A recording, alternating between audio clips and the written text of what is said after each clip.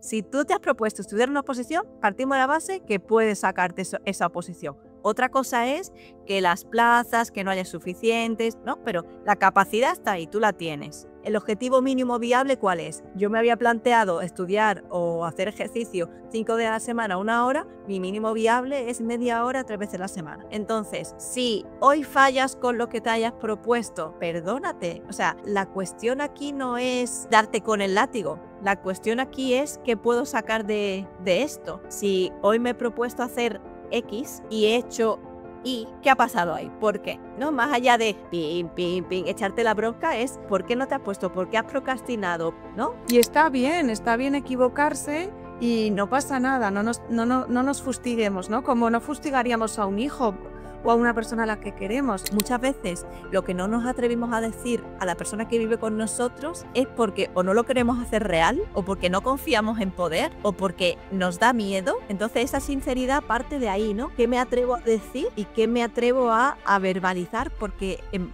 parte de lo que verbalizo se hace realidad.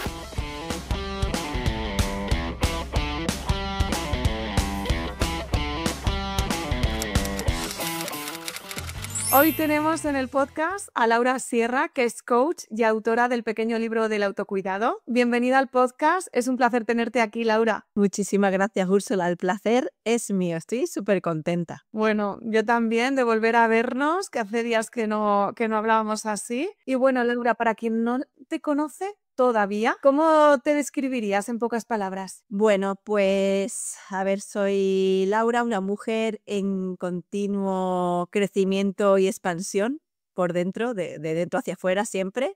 Soy mamá de 4 pequeños, el mayor tiene 7 y soy coach.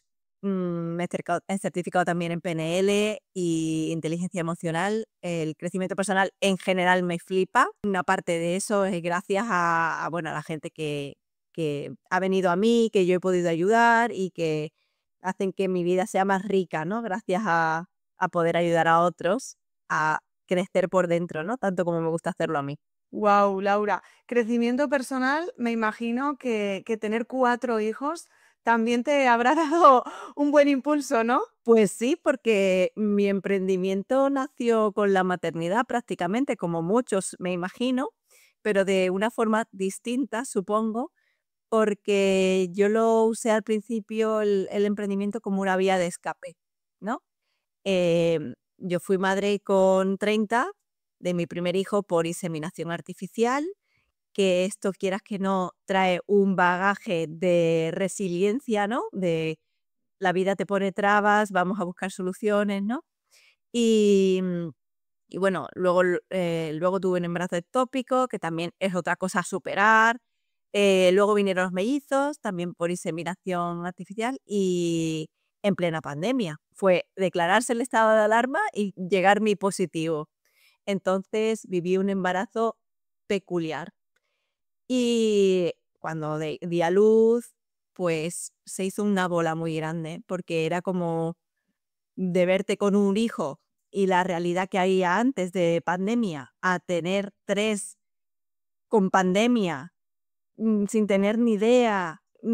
Es que fueron demasiadas cosas, ¿no? Y en vez de quedarme ahí, ¿no? Sobreviviendo, que también, pues necesitaba una vía de escape. Y entonces pues empecé mi emprendimiento, que era como compartir un poco de toda esa resiliencia o todo ese espíritu positivo, ¿no? que me caracteriza. Y pues lancé una agenda porque era para mí como súper importante organizarse, ¿no? Y tener como esa claridad que la maternidad te nubla tantas veces, ¿no?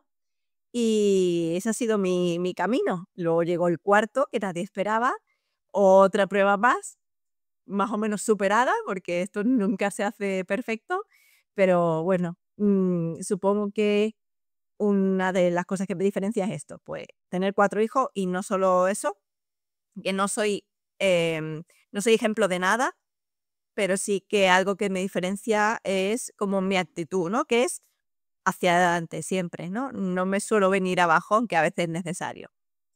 Al final es importante también equilibrarse, pero el 80%, ¿no? ¿Cómo afrontamos el 80% de las cosas positivas? Genial, Laura. Tu libro comienza fuerte, comienza con una historia personal, una relación tóxica de la que sales herida. ¿Y cómo logras reconstruirte emocionalmente después de esa experiencia? Pues, como suele decirse, te das cuenta de todo uniendo los puntos hacia atrás, ¿no? Ves todo tu bagaje, tu crecimiento y cómo has sabido salir de eso sin tener ni idea, ¿no? Yo empecé teniendo novio muy joven, no lo recomiendo a nadie, pero eso a veces no se elija, ¿no? Y fue una relación tóxica, por decirlo suave, ¿no?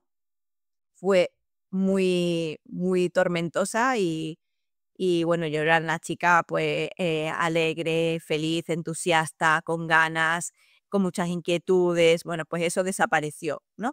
De forma muy despacio, muy paulatina, pero de repente yo ya no estaba, yo era invisible en mi propia vida, ¿no? Y bueno, pues pasaron los años y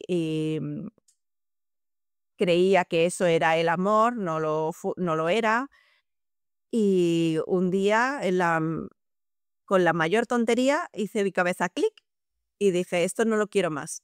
Entonces, lo cuento, más detalladamente en el libro, pero bueno, decidí cerrar esa etapa de mi vida con mucho dolor, con mucho esfuerzo, ¿no? Y abriendo una nueva ventana, ¿no? En la que, mi madre, por supuesto, y mi padre también, ¿no? Pero mi madre, tú sabes que las madres siempre tienen esa forma de arroparte, ¿no? Que a veces sin decir nada te dicen todo. Y bueno, pues empecé con una psicóloga que me dio algunas claves que también comparto en el libro. Empecé como a vivir de nuevo, muy poquito a poco, muy poquito a poco, mi círculo muy pequeñito y poco a poco herramientas y con mucho mimo. Empezaste, digamos, de alguna manera a autocuidarte, ¿verdad? Que ese, a lo mejor ese podría ser el inicio del autocuidado de tu pequeño libro. Definitivamente, sí, sí, porque, hay veces que damos por sentado las cosas, ¿no? Y cuando somos jóvenes, sobre todo, ¿no? Que parece que, como por ejemplo con el tiempo, parece que tenemos todo el tiempo del mundo, ¿no? Y no pensamos, vamos a aprovecharlo más, vamos a aprovecharlo menos, simplemente vivimos y depende de las, vivencias y experiencias que tengamos, pues tenemos más o menos suerte, ¿no? La vida nos va dando y nosotros vamos cogiendo sin pensar mucho más allá. En mi caso, tuve una experiencia bastante traumática y jodida, ¿no? Y entonces, una vez que tuve que plantarme y empezar como a construirme de nuevo, me di cuenta que lo que estaba haciendo era cuidarme, autocuidarme. Y lo que decía antes de unir los puntos, yo no supe que eso era eso. Hasta muchos años después que dije, ostras, ¿dónde estaba? ¿Dónde bajé? ¿Dónde he vuelto al mismo punto de la Laura, joven, ¿no? Y de ahí hacia arriba, la verdad que muy contenta. Qué bueno, Laura. Mira, me viene mucho a la mente, además lo has nombrado antes, la época de la pandemia y cuánta gente sin darse cuenta bajó, ¿no? Se encontró en un momento de su vida bloqueado y mucha gente sin ser consciente, ¿no? Y cómo ese autocuidado les puede ayudar, ¿no? Y en el que estemos hablando hoy de autocuidado, si hay alguien que que le puede ayudar, recordar, ¿no? Que se sale de ahí y que es posible empezando a cuidarnos. Tú te refugias en tu familia, en tu madre, especialmente en una amiga, comentas en el libro. ¿Crees que el entorno es importante para ayudarnos en momentos difíciles? El entorno es, fundamental.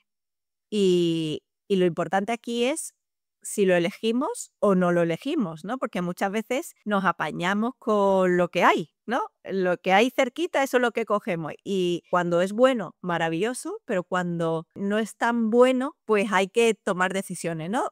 Esta persona no la quiero, esta sí, ¿no? Entonces, mi mejor amiga, que es esta de la que hablo también en el libro, lleva conmigo desde preescolar y ha sido siempre el punto, de unión con esa vida que había fuera de mi relación, ¿me explico? Yo me metí como en una ¿Era eso un es, puente? exacto, que me permitió salir, porque, cuando una persona en pareja te trata mal y te aísla, al final pierdes toda la referencia del mundo real, ¿no? Y pierdes incluso la forma de cómo salgo de aquí. Sin embargo, yo perdí todo, pero ese vínculo con mi mejor amiga nunca se perdió. Y aunque ella lógicamente no pudo hacer más por mí porque las decisiones las tomaba yo de permanecer, pero ella me tendía lazos, me tendía lazos, me tendía lazos y cuando yo llegó el momento, pues ella siguió ahí, ¿no? Y ella es la que me ayudó a que mi madre fuera consciente de todo lo que yo había pasado, porque yo en ese momento de tormenta era incapaz de verbalizar incluso bueno, de hecho hay muchas cosas que yo he decidido olvidar porque no las podía sostener, así que el entorno es fundamental, fundamental. ¿Qué le dirías a alguien que no tiene esa red de apoyo fuerte, que se siente que está solo en el proceso, en un proceso de sanación y de recuperación, o en un proceso como puede ser unas oposiciones, que es también un proceso complicado? Bueno, creo que si no tenemos un entorno, siempre nos tenemos a nosotros mismos, ¿no? A nosotras mismas. Y aunque a priori pensemos que de nosotras no puede salir nada, no podemos, como decía antes, lo de tendernos lazos a nosotros mismos es más difícil, pero no es imposible. Entonces, de alguna manera, convertirnos en nuestra mejor amiga. Si no hay nadie alrededor que nos pueda ayudar, que nosotras nos convirtamos en nuestra mejor amiga, porque nadie más que nosotras mismas vamos a saber qué necesitamos y qué nos puede venir bien en cada momento. Los demás son ayudas, pero todo parte de dentro. Entonces, cuando nosotros estamos un poquito más conectados con nosotros, que es un proceso y un trabajo que lo puede hacer cualquiera, entonces ya puedo decir, puedo ir escogiendo a las personas que van pasando por nuestra vida. Esta persona me aporta, esta no me aporta tanto, esta puedo abrirme un poco más para crear un vínculo más fuerte, ¿no? Porque nunca estamos solos del todo en realidad. Siempre podemos ir eligiendo de ir tomando decisiones, pero cuando tomamos estas decisiones un poco orientadas a sentirnos mejor, a crecer, a apartarnos de esa persona a lo mejor que nos duele, muchas veces sentimos miedo a quedarnos solo, miedo al que dirán, nos sentimos culpables, quizás se nos tacha o nos autoetiquetamos como egoístas. ¿Cómo se puede superar esa sensación? Bueno, yo creo que aunque pueda parecer egoísta, no lo es. O sea, ya creernos egoístas es una creencia propia que se puede rebatir. Y en realidad, lo que decíamos, si todo parte de nosotros, si cada uno cuida de sí mismo, no somos egoístas, porque cuando yo cuido de mí, estoy no solamente cuidando de mí, sino cuidando de mi entorno, mejorando mi vida, ¿no? Si yo dedico X minutos al día para hacer algo que me sienta bien, mi energía, mi expresión, mi temperamento, mi carácter, va a estar todo mucho más en sintonía con lo que yo quiero ofrecer al mundo. Y normalmente, tengamos entorno o no, siempre hay alguien a nuestro alrededor a quien queremos. Entonces, si yo le quiero tratar bien, pero para tratarle bien antes me tengo que tratar bien a mí, ¿no? De alguna manera es eso. El egoísmo es, yo creo que todo lo contrario. Que a mí me dan igual los demás, entonces soy egoísta. Pero es que en casi ningún caso lo somos. Siempre estamos pensando en los demás. Por eso siempre estamos dispuestos para ayudar a los demás. Lo que más nos cuesta es ayudarnos a nosotros. Y eso tenía que ir en primer lugar. Hay un ejercicio que mi coach y mentora Beatriz García Ricondo propone en algunos de sus cursos, ¿no? Y que me parece súper importante y te lo comparto aquí. Cuando tú piensas en las 3 personas más importantes de tu vida, ¿en quién pensarías? Pues seguramente, no sé, en tu pareja, ¿no? En tus padres, ¿no? Yo es que me sé, Ya lo sabes, ¿no? me sé la dinámica, pero sí, solemos pensar en nuestra pareja, nuestros padres, nuestros hijos, Eso es. y nunca pensamos En lo más importante que es yo, ¿no? Si yo no estoy aquí, yo no puedo sostener nada más que a nadie, ¿no? Entonces, súper importante y en realidad parece que si nos ponemos nosotros en primer lugar es como, jolín, soy súper egoísta, me dan igual todos. No es así, todo lo contrario. En fin, me parece súper guay pensar en ello. Es muy interesante, ¿no? A mí me viene siempre el ejemplo de cuando se despresuriza un avión, ¿no? No puedes ayudar al otro si tú te estás muriendo. Entonces, ponte tú la mascarilla y luego ya se la pones a tu acompañante. O sea que muy importante ese autocuidado, porque si no nos cuidamos, va a repercutir en que los demás nos van a tener que cuidar. Aunque, o sea, ahí, entonces, qué importante es si cada persona barre la puerta de su casa, el mundo estaría limpio. Eso también me resuena muchísimo, ¿no? Genial. Bueno, las oposiciones, Laura, ya sabes que aquí es un podcast que hablamos de muchos temas, que todo está abierto, pero nos centramos en oposiciones. Es un proceso largo, desgastante. No sé si has estudiado alguna vez oposiciones tú. No, no. Pero vamos, sé de qué va. Sí, porque siempre tenemos a alguien cercano, etcétera. Siempre lo pregunto porque siempre me sorprende. Bueno, yo estoy contigo totalmente como enfermera de formación que soy, en que el autocuidado es clave para sostener tantos meses, pues ese rendimiento alto que exige una oposición. ¿Qué pasa? Que muchas opositoras sienten que no tienen ese tiempo para autocuidarse porque la prioridad es estudiar o la prioridad es la familia y estudiar, ¿no? Entonces, ¿cómo podemos integrar el autocuidado en el día a día sin sentir culpa porque pensamos que estamos perdiendo tiempo valioso, ¿no? ¿Cómo podemos integrar este autocuidado? Cuando estudias una oposición, igual que cuando, por poner un ejemplo parecido que no tendrá nada que ver, escribes un libro, ¿no? Es como tu prioridad y ocupa todo tu tiempo y requiere mucha de tu energía, ¿no? Y de tu foco. Pero de alguna manera, cuando opositas que tienes que estudiar muchísimo, tú tienes que estar bien, ¿no? En el sentido de, si estás con una gripe, no me sale la palabra, pero tus reflejos, tus capacidades no están en su El mejor rendimiento, momento, la ¿no? concentración. Claro, en ese momento, por ejemplo, poner el ejemplo de la gripe, ¿qué sería la decisión que tomas? No, yo me he propuesto estudiar 4 horas cada día, yo que esté con gripe, ahí me siento, pim, pim, pim. ¿En realidad tiene eso sentido? En realidad no lo tiene. Recupérate, mímate, ¿no? Créate un espacio donde ni siquiera pienses en ello, en estudiar, ni en sentirte mal, que va como de la mano, ¿no? No estudio, me siento mal. Y una vez que estés repuesta, porque es algo temporal, todo es temporal, entonces retomas al 100% o al 80%, porque al final, lo que decía hasta al principio es una prioridad, vale, pero seamos realistas, una prioridad que tiene que ocupar X horas en tu día y el resto de horas tienen que alimentar eso en lo que tú estás trabajando, ¿no? Pienso que a mí de qué me sirve plantearme, voy a estudiar o me voy a sentar o voy a estar con la oposición 8 horas al día para desgastarme si en realidad no voy a estar las 8 horas al nivel que, como tú mejor que nadie sabe, necesito para avanzar, porque lo que tú, que tienes mucha más experiencia que yo en esto, a lo mejor es mucho más inteligente dedicar 2 horas todos los días o 5 días a la semana que ponerme metas, perdón, que no pueda alcanzar y entonces me desanime y ya el esfuerzo tira por la borda. Totalmente. Ahora lo que pasa, yo lo que veo es que en las redes sociales muchas veces nos comparamos y la gente piensa que si no estudias 8 horas, pues que no puedes sacarte una oposición. Y es que todo el mundo ni tiene 8 horas, ni 8 horas las aprovechas bien. O sea, hay que tener una gran capacidad para aprovechar 8 horas mentalmente trabajando. Entonces, importante muchísimo también conocerse y cuidarse. ¿Qué pasa aquí, Laura? Que claro, cuando es una gripe todos lo vemos, pero muchas veces el autocuidado es para trabajar algo sutil o algo como, por ejemplo, la autoestima, ¿no? Que esa creer en nosotras mismas o realmente muchas veces esa mentalidad de que no podemos conseguir algo, que no nos damos cuenta, pero nosotras no estamos rindiendo porque no tenemos autoestima, no creemos que podamos conseguirlo.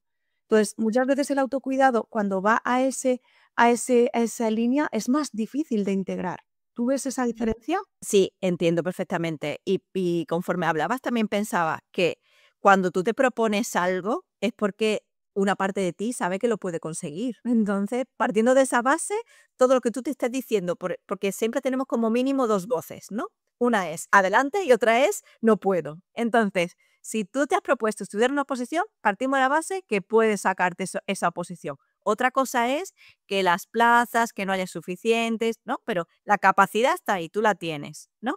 Entonces, de alguna manera, esa voz interior, ese saboteador te está diciendo cosas que algunas serán verdad y otras que no. Entonces, tú tienes que darle más volumen a la voz principal que te animó a empezar con la oposición para que haya un diálogo que tenga sentido real. Y cuando a nosotras mismas nos boicoteamos y sale a relucir esa falta de autoestima o esa falta de creer en nosotras, o sea, tenemos que sacarlo hacia afuera. ¿Me explico? Es un diálogo como silencioso que se queda dentro. Al final lo que yo creo que pasa es que nos paralizamos. No estudio o si me siento, no lo hago al 100%. Entonces te estás dando la razón, estás dando la razón a esa voz que no quiere que logres cosas porque está más cómodo en el punto en el que está. Entonces, subir el volumen de esa voz que tuvo la iniciativa y que te dice, sí puedes, te va a costar, pero sí puedes, te va a seguir costando, pero sí puedes, ¿no? Y tú misma demostrarle a la otra voz que se equivoca. Recuerda por qué comenzaste, ¿no? Que eso también nos ayuda mucho, esa ilusión principal, que es normal que se vaya desgastando en un proceso complicado. Curiosamente, en el libro hay 33 ideas.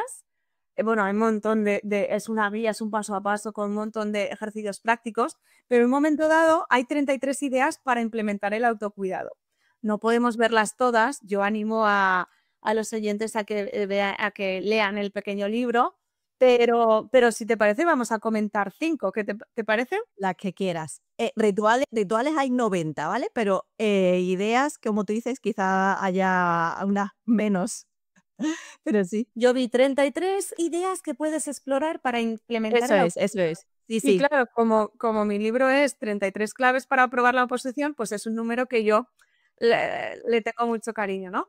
Baja la autoexigencia. ¿Cómo se baja la autoexigencia, Laura? De muchas maneras, cada uno tiene que encontrar la suya. ¿Me explico? O sea, no podemos querer bajar la autoexigencia a la vez siendo súper autoexigente porque yo tengo que bajar la autoexigencia, ¿no? De alguna manera vamos a ser amables con nosotros, con nosotras mismas, lo que seguro que tú también has escuchado mucho. No podemos exigirnos más que a las personas de fuera, o sea, yo no te puedo tratar a ti, ni quiero tratarte a ti mal, ¿no? Ni hablarte mal, ni exigirte más de lo que puedes, ni hacerte dudar de ti, ¿no? Si yo contigo no lo hago, porque conmigo sí. Entonces autoexigencia para mí es, en clave positiva sería exigirme hasta el máximo que sé que puedo. Ahora, autoexigencia en la versión negativa sería exigirme más de lo que puedo, no tener en cuenta ni mis circunstancias, ni mi momento vital, ni mi cansancio, ni mis recursos, ¿no? Entonces, seamos justos y equilibrados, ¿no? Hoy a lo mejor a tope, pero mañana un poquito menos y en la mitad está el equilibrio, pues ahí nos debemos de quedar. Exacto, que es que yo me he dado cuenta que en esta sociedad que vivimos pasamos de un extremo a otro. Y cuando hablas de exigencia, o la gente o no llegas o te pasas. Entonces, una exigencia mínima hay que tener, porque si le dejas al cuerpo que haga lo que quiera, vamos, yo no me levantaría a la mitad de los días, comería fatal y bueno, ¿no? Sería unos excesos excesivos, ¿no? Valga la redundancia. Pero esa autoexigencia de quererlo todo perfecto, el perfeccionismo que también hablas, ¿no? Eso es. Importante, como has comentado, me quedo con ese de tratarnos bien, esa clave. De todas formas, perdóname, también te diría, y la última clase que di tuvo mucho éxito este concepto, que también supongo que es conocido. Cuando tú tomas una decisión, en este caso estudiar oposiciones, implementar un hábito, ¿no? Porque al final estudiar oposiciones es incorporar un hábito, ¿no? Cuando decíamos autoexigencia es puedo llegar al 100, es la meta máxima que tú decides en tu momento de más claridad tomar. Y luego hay otro tope por abajo, donde si yo quiero continuar con eso que me he propuesto, de aquí hacia abajo sé que no puede pasar, ¿no? Es un mínimo viable, ¿no? Es lo que yo siempre digo como el objetivo mínimo viable, ¿cuál es? Yo me había planteado estudiar o hacer ejercicio 5 días a la semana, 1 hora, mi mínimo viable es media hora, 3 veces a la semana. Y con eso, o sea, con esa decisión, no cabe que nos echemos la bronca, que es lo que muchas veces pasa, ¿no? Tengo el máximo aquí, el mínimo aquí, vale, pues con mi mínimo, que es súper asumible cada uno en su vida, lo que decida, pero tomar esa decisión desde el momento de claridad. ¿No te parece que cuando tú estás súper clara que dices, vale, puedo con esto y con esto no, tal, tal? Entonces, esto es lo máximo y puedo, pero esto es lo mínimo y también puedo. Y está perfecto, ¿no te parece? Totalmente, me ha gustado eso el momento de claridad, que es cuando planificas y tomas las decisiones. Esto nos engancha con la segunda idea, que es gestionar las expectativas. Ujú. Gestionar las expectativas, pues un poco justo lo que comentábamos, ¿no? La vida, todas, son un proceso, son lineales, son repetitivas, son a veces inesperadas, ¿no? Nunca sabemos lo que va a depararnos el mañana, ¿no? Entonces, gestionar las expectativas es, yo creo, que en un mundo ideal donde el ideal es ahora y hoy, tal y como estoy, yo puedo lograr X, ¿vale? Pero tengo que partir de la base que no todas las variables las controlo yo, ni las controlaré nunca, ni necesito controlarlas, ¿no? Entonces, todo lo que tú puedas controlar, ¿qué es? Si nos hacemos una lista aquí, estaría maravilloso. De yo puedo controlar cuando me acuesto, cuando me levanto, ¿no? Mis pensamientos, porque eso cuesta mucho admitir que podemos controlar nuestros pensamientos. Es que darse cuenta de los pensamientos a veces es muy difícil, pero esto es un trabajo como a largo plazo, como las oposiciones, ¿no? Todo es ponerse un ratito cada día a decir, ostras, ¿qué estoy pensando? ¿No? Y ponerte desde fuera. Soy el observador, la observadora de mis pensamientos, y como soy la observadora, no soy mis pensamientos. Entonces, ¿me gusta este pensamiento? Me lo quedo. ¿No me gusta este pensamiento? ¿Es real? Vamos a trabajar con ello, ¿no? Fácil no es, pero ¿Por qué está viniendo este pensamiento, no? ¿Qué es lo que me está pasando? Y seguimos con la tercera idea, que es perdónate. bueno, perdónate porque sí, bueno, creo que es súper necesario perdonarse, ¿no te parece? Es un temazo, un temazo. Claro, porque todo el rato nos estamos culpando, nos estamos juzgando, nos estamos exigiendo y estamos pensando peor de nosotras de lo que deberíamos y tiene sentido que hagamos. Entonces, si hoy fallas con lo que te hayas propuesto, perdónate. O sea, la cuestión aquí no es darte con el látigo. La cuestión aquí es qué puedo sacar de esto. Si hoy me he propuesto hacer X y he hecho Y, ¿qué ha pasado ahí? ¿Por qué? ¿No? Más allá de pin, pin, pin, echarte la bronca es ¿por qué no te has puesto? ¿Por qué has procrastinado? ¿Por qué te has ido a poner una lavadora? ¿O por qué te has puesto a ver la tele? A lo mejor lo necesitabas, a lo mejor estabas agotada, a lo mejor te da mucho miedo el temario que tienes delante, ¿no? Y está bien equivocarse y no pasa nada, no nos fustiguemos, ¿no? Como no fustigaríamos a un hijo o a una persona a la que queremos. Vamos a perdonarnos, pero también seguimos con la cuarta, sé sincera. Efectivamente. O sea, lo que decíamos antes de las voces, la voz que sale hacia afuera sería una, ¿no? La que iría un poco ligada a la imagen que yo quiero proyectar de mí, ¿no? Lo que yo me atrevo a verbalizar, lo que yo me atrevo a hacer, a ser, ¿no? Y luego las dos voces internas, que una es como la que hacia adelante y otra es me quedo como estoy. Seamos sinceras. ¿Qué queremos, no? Y con esto y con el tema de las oposiciones, que me encantaría que me dijeras, tú que has conocido a tantas opositoras y tú misma, ¿no? ¿Es un proceso que solemos llevar en silencio o hacemos nuestra burbuja? Y te explico por qué te hago esta pregunta, porque venía pensando antes de empezar a grabar, y es que muchas veces no compartimos con el de al lado en nuestras inquietudes, nuestros miedos, nuestros, ¿no? nuestros problemas, y como en muchos cambios vitales y mucho crecimiento personal que lo llevamos como en nuestra burbuja y lo compartimos con los grupos afines, me resulta muy interesante esa sinceridad. Muchas veces lo que no nos atrevimos a decir a la persona que vive con nosotros es porque o no lo queremos hacer real, o porque no confiamos en poder, o porque nos da miedo. Entonces esa sinceridad parte de ahí, ¿no? ¿Qué me atrevo a decir y qué me atrevo a verbalizar? Porque parte de lo que verbalizo se hace realidad, ¿no? Y esa sinceridad tiene que partir de ahí, de atreverte a decir, ¿no? Creo que la sinceridad muchas veces no es tanto con los demás, sino con nosotras mismas. No nos atrevemos yo siempre hablo, ¿no? De contarnos verdad. Yo misma, todo el mundo, somos humanos y está bien y es lo que nos da la chispa de la vida si fuéramos perfectos, pero esa parte de no contarse verdad, ¿qué es? Muchas veces nos ponemos a estudiar, pero no estamos estudiando.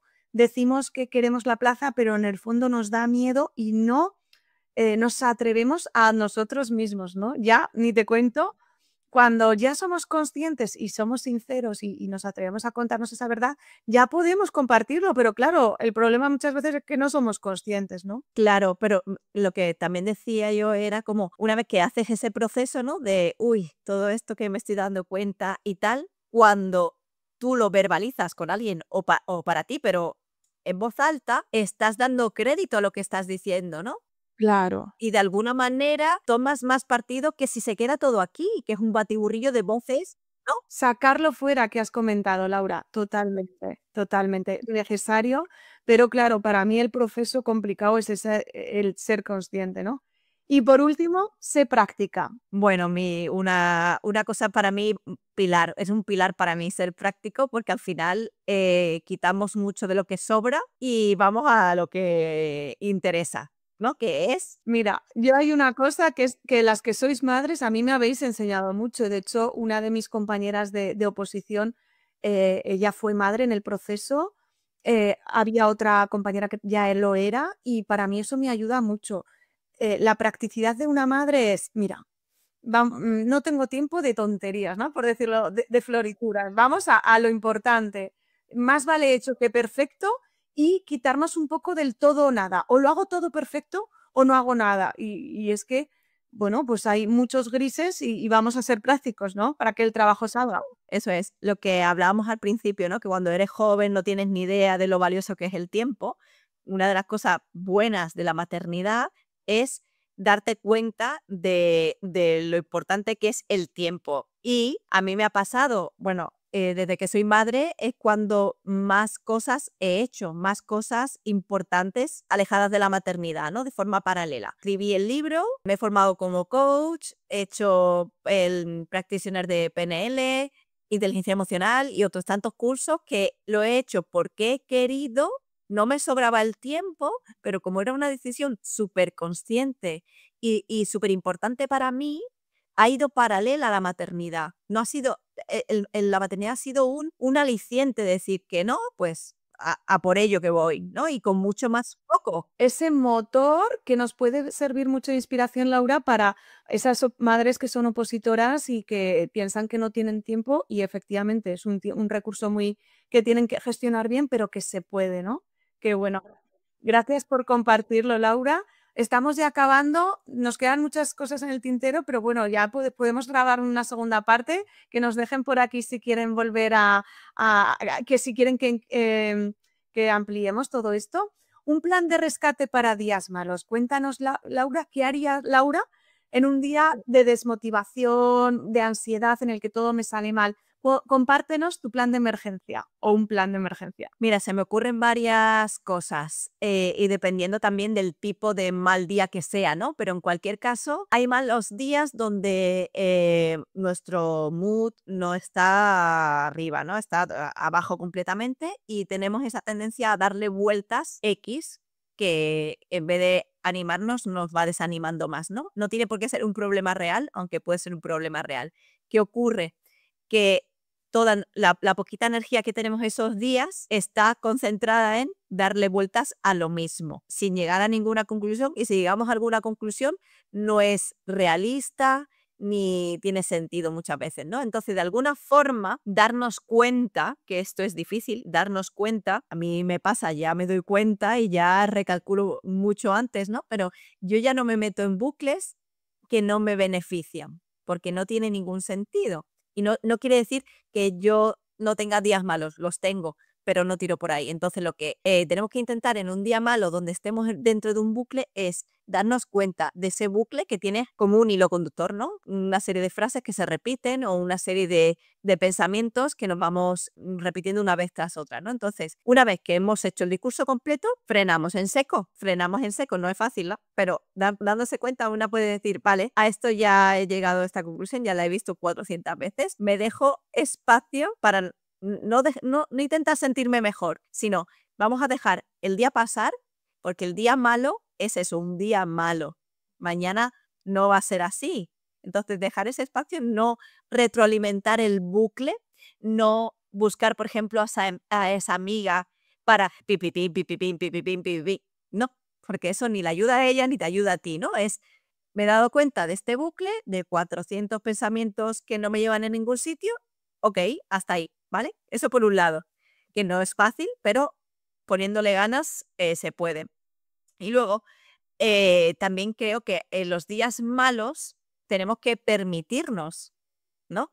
Sostener qué ha pasado, porque hay días malos porque nos pasan cosas no agradables que no se pueden evitar. Entonces, sostener que tengo un día malo, un día de mierda, ¿qué vamos a hacer? Pues sostener y permitirnos. Si yo ese día necesito no estar como un cascabel, pues permitirme estar un poco más seria, permitirme a lo mejor quedarme en el sofá viendo una película que me saque una sonrisa, hacer planes que hace tiempo que no hacías, ¿no? A mí, cuando tengo algún día un poquito más tonto en ese sentido, y a veces no puedo porque los niños es otro tema, ¿no? Pero hay que encontrar un pequeño espacio donde ellos vean también que esta es una realidad, ¿no? Donde tu mamá no está perfecta y está bien, ellos pueden seguir jugando, pueden estar al lado tuya, pero tú te permites eso, darte ese automimo, ese abracito que tú necesitas y si tienes la suerte de vivir acompañada, pues pedir eso también que te arropen, porque no siempre podemos estar fuertes ni lo necesitamos, ¿no? Entonces, para mí los 2 planes del rescate sería parar el bucle mental que me está bajando más las energías y segundo, eh, recurriendo quizá a esa lista de cosas que me hacen sentir bien, que siempre hay que tener a mano, pues hoy, ¿qué me puedo permitir? ¿No? Sostengo que estoy mal y no, seguramente no mejore, pero pues un poquito de chocolate, una peli que me encante, un paseo al lado del mar, si lo tienes. Eso ya es un lux, ¿eh? Yo tengo mar a 5 minutos de mi casa y te juro que es terapia, pero quien no tenga mar tiene montaña y quien no tenga montaña tiene alguien a quien poder llamar y a veces no es tanto yo contar como escuchar a otras personas, ¿no? Y salir de nuestro ombligo. Exacto, salir de ese bucle y del ombligo. Pues con ese abrazo que has comentado, de ese autocuidado final después de salir del bucle, me voy a quedar, Laura. Ha sido un placer tenerte aquí, ya te digo, se me ha hecho súper corto. Cuéntanos, ¿dónde pueden encontrarte para seguir aprendiendo contigo? Pues estoy principalmente en Instagram, ¿vale? Mi cuenta es Positive Little Soul, que es pequeña alma positiva, se me define bastante bien. Y allí, bueno, pues encuentran un poco de mi día a día y contenido relacionado con crecimiento personal. También tengo un grupo de audios diarios donde todas las mañanas impulso a través de distintas reflexiones a las personas que están dentro pues eso, a pensar un poco más en sí mismas, a crecer un poco más por dentro, a motivarse, a cuidarse. Y bueno, siempre tendrán mi libro, el pequeño libro del autocuidado, que muchas ya lo tienen en su mesita de noche y a mí me hace mucha ilusión. No sé si lo hemos comentado dentro de micro, no lo hemos comentado, ¿verdad? Pero quería felicitarte porque tenemos segunda edición. Sí, hemos sacado la segunda edición un añito y poco después de su lanzamiento. Ha salido ya, supongo que cuando se escuche este podcast lo podréis encontrar en todas las librerías con el fajín que pone segunda edición, que me hace mucha ilusión. Y estoy muy contenta